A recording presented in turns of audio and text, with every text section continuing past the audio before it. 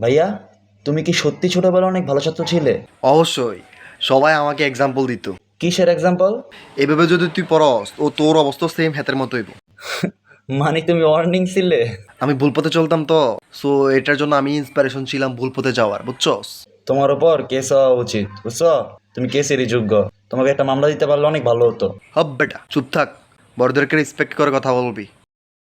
আচ্ছা, আপনি কি একটা জিনিস খেয়াল করছেন, তারেক রহমানকে যখন বলছে আপনি স্ক্রিপ্ট দেখে দেখে পড়বেন না, মানে স্ক্রিপ্ট দেখে দেখে পড়া নিষেধ, তখন থেকে কিন্তু উনি সংসদে এসে আগের মতো তেমন একটা কথা বলে না। আপনি কি এটা খেয়াল করছেন? এখন থেকে একটু চুপচাপ থাকে। মাথার ভিতরে মগজ নাই তো, আল্লাহ স্মরণ শক্তি কমে গেছে, আল্লাহ স্ক্রিপ্ট দেখে দেখে পড়া লাগে। বুঝছেন ভাই, আমার ক্রাশরা আমি বললাম তোমার মনটার আমি চুরি করতে চাই, সে বলে চুরি করবাই তো, দেখতে তো লাগে চোরের মতোই। আরে ভাই, আমার কথা হইলো সত্যি কথাটা কি এইভাবে কারো মুখের উপর বলে দিতে পারে? খারার ভিতরে মানুষ এভাবে শরম দিতে পারে?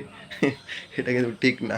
আচ্ছা ভাই, আপনার সাথে কি কখনো এমন হয়েছে যে আপনি আপনার গার্লফ্রেন্ডের সাথে রাগ করছেন, আপনি প্রায় 20 থেকে 22 ঘন্টা অফলাইন আছেন, 20 ঘন্টা পরে এসে দেখলেন আপনার গার্লফ্রেন্ড এখনো 22 ঘন্টা ধরে অফলাইন, তখন আপনার অনুভূতিটা কেমন ছিল ভাই? কাইন্ডলি একটু জানাবেন প্লিজ।